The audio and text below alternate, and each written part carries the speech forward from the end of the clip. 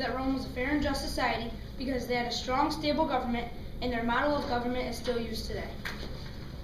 Based on the article Early Roman Republic, the society of Rome achieved a balanced government by taking the best features of a monarchy, aristocracy, and democracy. Taking the best features from each structure of government made their government strong, fair, and balanced. Their model of government works so well that the United States uses something very similar today. Another piece of evidence that came from the article Ancient Rome on History.com states that Augustus' rule restored morale in Rome and ushered in the famous Pax Romana, 2 full centuries of peace and prosperity. How can any society at the size that Rome was sustain 200 years of peace without a strong, stable government? It just isn't possible. But yet Rome did it because they had a strong, stable government. Clearly, my evidence shows that Rome was a good society because their government was strong, stable, and balanced.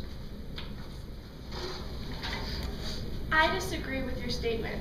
I believe that the Pax Romana, what you call peace, was only because Rome didn't go to war with other countries. The only reason that happened was because they conquered everybody in their area. And when they conquered somebody, they forced them to follow their religion and their customs. For example, in Britain, if they were caught practicing their religion that had been there thousands of years, they would be killed or tortured.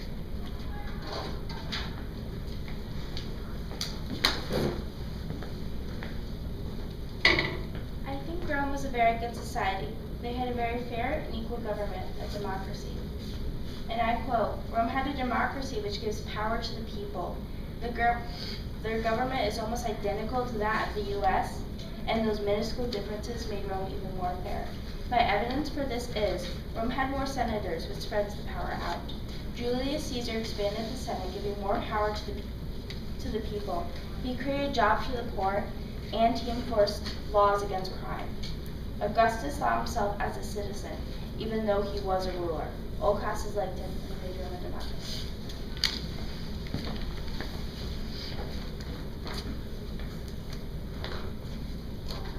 I believe that the Roman government was not fair. I believe that it was corrupt because, for instance, the rich had all of the power. Sure, the poor could vote, but that was pretty much it.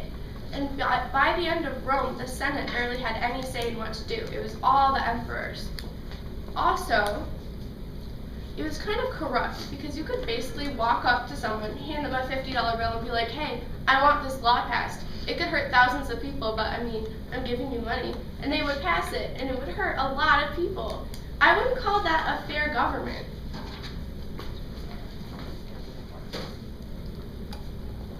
Slavery was very common back then, and no one ever thought that slavery was wrong. To treat slaves that way with some rights is quite considered because of how common slavery was. Remember slavery in America? Everyone was very harsh on slaves, and that was even later in the time in the Roman Empire. Slaves were even sometimes treated like a family member. From this evidence I've gathered, these are very nice circumstances for the time period they were in. Plus, these slaves were usually people who were captured from other lands that Rome had conquered. They could have killed or tortured them. Why would Roman slavery be any worse than the slavery we had? The reading Roman Slavery and the Revolt.pdf says that the Roman slaves were treated like members of the family unit in the early days of slavery. Their punishments were mild, and they were given holidays from their regular duties on certain occasions and festivals.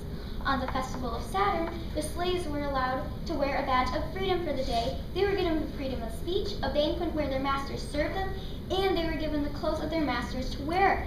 Slaves were often buried in the family plots of their masters, and masters would be punished severely for the murder of their slaves. Families of the slaves could not be separated, but there was no legal relation between the father and the son. Wow, to me this seems like a great way to treat slaves considering that time period.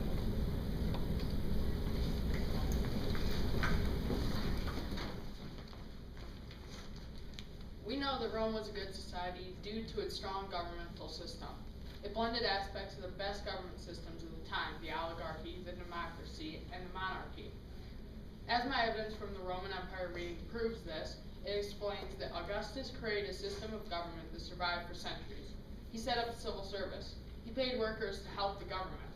Although the Senate still functioned, the civil servants were drawn from plebeians and even former slaves, whom actually administered the empire. This evidence kind of shows how The government developed checks and balances as well as civil services. It allowed plebeians, patricians, and former slaves to all have a say in the government. This government was way ahead of its time. In fact, we still use a modernized version of this government today. Rome's government, the Senate, was unfair and unjust. They were, for one, unprepared. If an emperor were to die, they had no backup plan to fix it. This caused many problems. There were, however, the 5 good emperors who chose the emperor in a dilemma, but like any typical patrician, could be bribed for votes. This brings us to the voting system. The voting system, like everything else in Rome, was unfair. As I mentioned before, leaders that were running for the Senate had the ability to buy their way into the Senate, or even become emperor, or one of the 5 good emperors. This ended up with Rome having many unstable emperors who caused Rome to do dumb things like end up in wars with people whom they were trading with.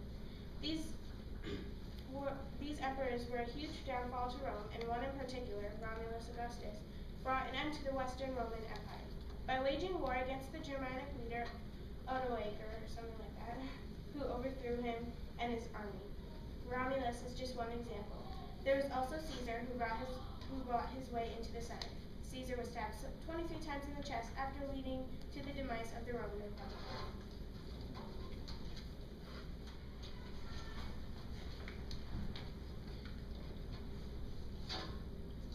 We believe that Rome had an unjust society because of slavery. Children born to a slave mother were also slaves. Slaves could also not hold any property of their own or any possessions that belonged to their master. White slaves were branded on their forehead, and the later treatment of slaves degenerated into whipping and being beat with sticks. This evidence is based on information gathered from the Roman slavery and gladiators, and Spartacus Revolts article. Field hands were given a life expectancy of about 10 years due to physical exhaustion they encountered on a daily basis. I think that this proves that Rome was unjust because of slavery. We believe that Rome was not a good society. Women weren't treated fairly. First, according to the Roman Society article, the father had complete control over the family. He could sell his wife into slavery if he chose. Second, according to a PBS article, women were at the men's expense. Women in ancient Rome were usually valued as mothers or housewives. Although some were allowed more freedom than others, there was always a limit, even for the daughter of an emperor. Women weren't treated fairly. This is just another reason why we think that Rome is an unjust society.